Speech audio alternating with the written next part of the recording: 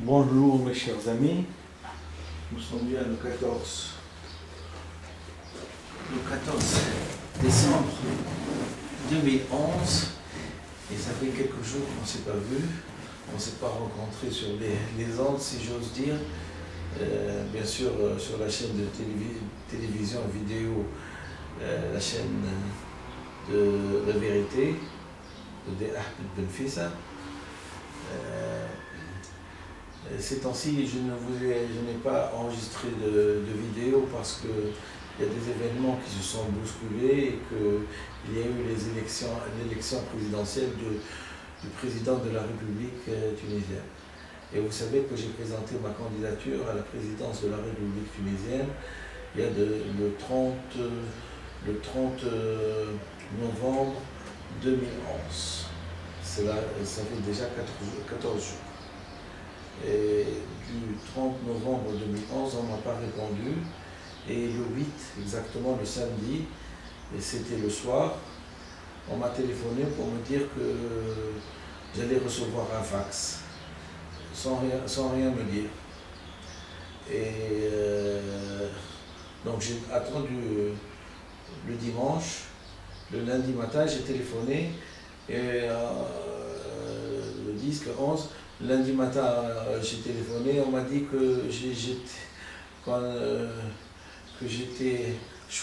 pas choisi, mais que je devais vite, dans l'urgence, remplir mon dossier de candidature puisque si je voulais postuler au poste de président de la République.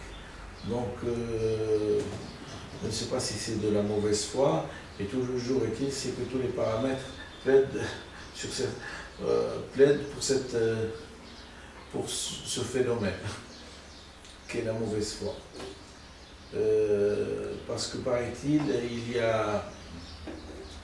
il y a une loi qu'on vient de sortir le 8 octobre qui préconise qu'il fallait avoir 15 signatures de candidats pour être parrainé à la présidence de la République.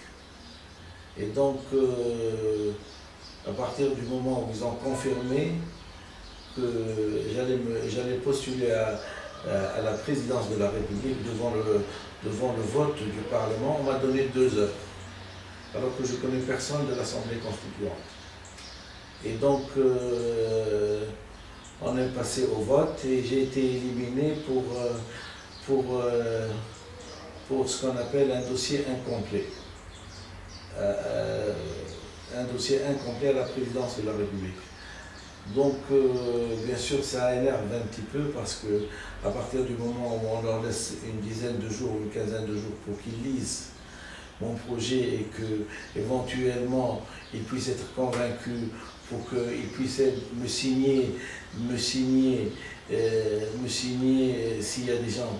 Sur 270, il y a certainement des gens, des députés, qui vont être sensibilisés à mon projet, qui consiste, je vous le rappelle, à l'instauration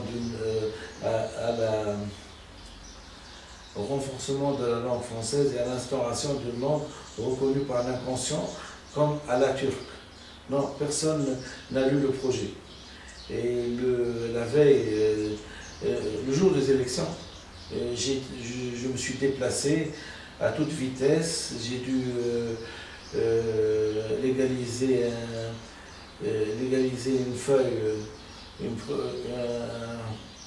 un serment que j'étais musulman et de père et de mère musulmane pour que je puisse, comment dirais-je,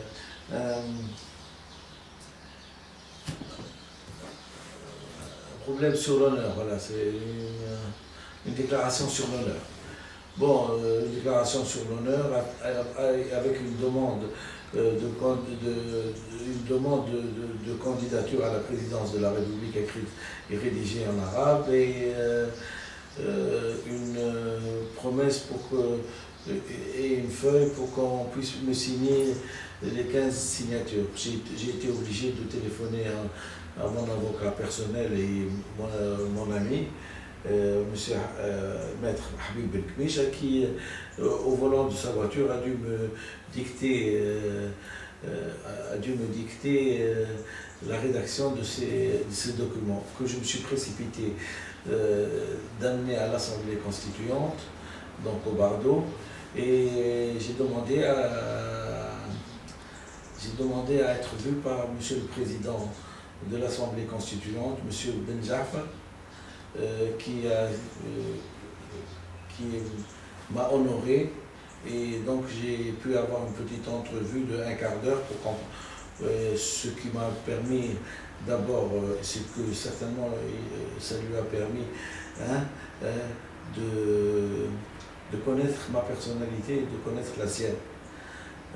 Et donc je lui ai demandé que pour l'exercice de la démocratie, il serait bien que je puisse parler à l'Assemblée constituante et exposer mon projet pendant une demi-heure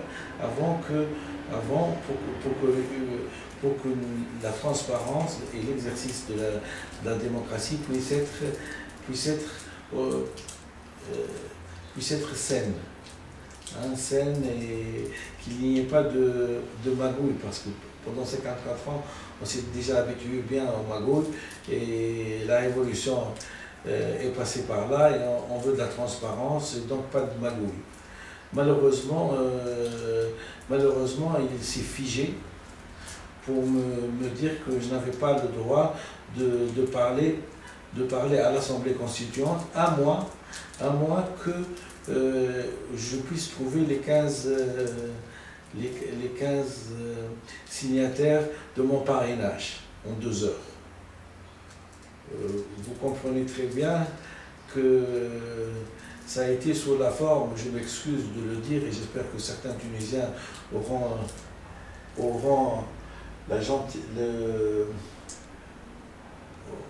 le plaisir de m'écouter et dire ça, et m'en comprendront bien. C'est ce qu'on appelle,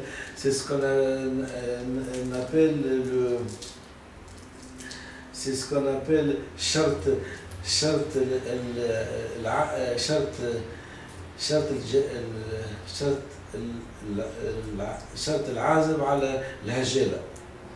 شرط العازب على الهجالة, c'est que, traduit en français, si j'ose dire, c'est-à-dire qu'à l'époque, comme c'est une tradition, certainement que c'est une petite coutume qu'on a dû raconter de génération en génération, c'est que pour se défaire d'un éventuel mariage entre une veuve et un célibataire, le célibataire lui demande à la veuve d'être vierge, ce qui est impossible. De devenir vierge quand on a été veuve.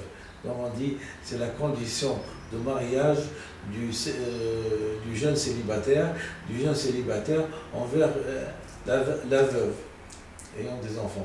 C'est-à-dire, il lui disait, si tu étais vierge, je me serais marié avec toi. Voilà un petit peu la condition que M. Ben Jafar, docteur Ben Jafar, radiologue scientifique et connaissant bien l'exploitation du temps, a dû se dire qu'en 2 heures, il était impossible pour moi de me débrouiller 15 signatures pour être parrainé à la présidence de la République par les députés, quelles que soient les compétences que je peux avoir dans la persuasion d'une personne. Mais